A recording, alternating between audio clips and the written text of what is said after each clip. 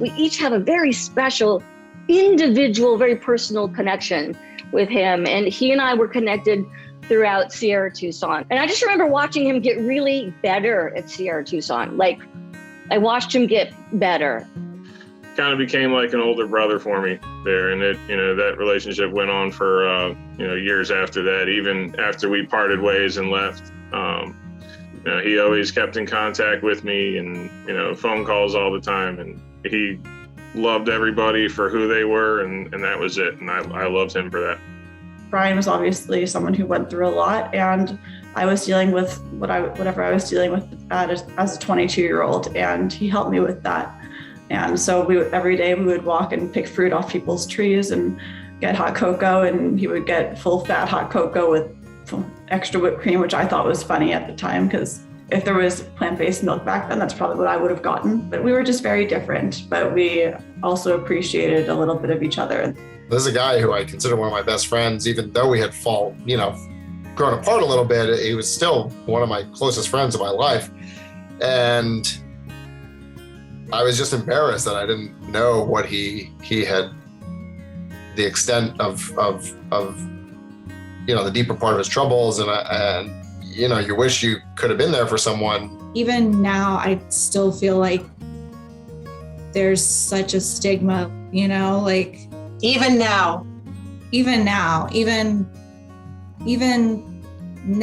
after COVID, after everybody sort of had some mental health issues, it's really not okay to talk about. He wanted his life back. He had all these plans and dreams, and he wanted to become a treatment counselor, and he was writing, he was passionate, and most importantly, he just wanted out. He was, at that point, he was maybe a year sober when I first met him, or when he passed away, it was 13 months.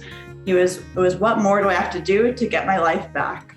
He felt judged a lot, and he felt ashamed a lot. And I felt like that, and looking back on it now, I feel like that he really just, he thought that he had failed in some way or another.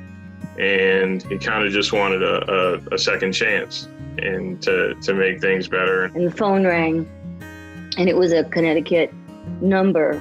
It was a Connecticut area code, but it wasn't Brian's, and he's the only person I knew that lived in Connecticut. And I saw that number, and I knew. And it was, I can't tell you how I knew. I saw that number and I knew. I think I cried more about Brian than I've ever cried about anyone, and I can't explain why. Whether it's friends or family or my patients now, just giving them space to talk and tell you what's wrong. It's usually not, usually I don't need to ask a lot of questions. I just can kind of open it up and people tell me what they need to tell me. So I think, I think about Brian a lot, and I see him in a lot of my patients. And I try to, take some of what Brian taught me and use it every day. And he had plans and he was looking towards the future, and all he talked about was the future. He didn't step forward, he walked forward all the time. When I think about what a beast Brian would have been had he made it to the other side, he had so many amazing gifts that if he had just been able to harness them in time, he would have been an unstoppable advocate. He would have just been an incredible force for healing for so many people. And the good news is he did touch a lot of people. He changed the trajectory of my life easily. And I am definitely a better person doing better work because of it. As a society, we could have done better for him and for other people. And there was a lot more we could have done. And accepting people, and accepting addiction and depression and anxiety and all that comes along with it. I keep this on my jewelry stand, this photo of Brian.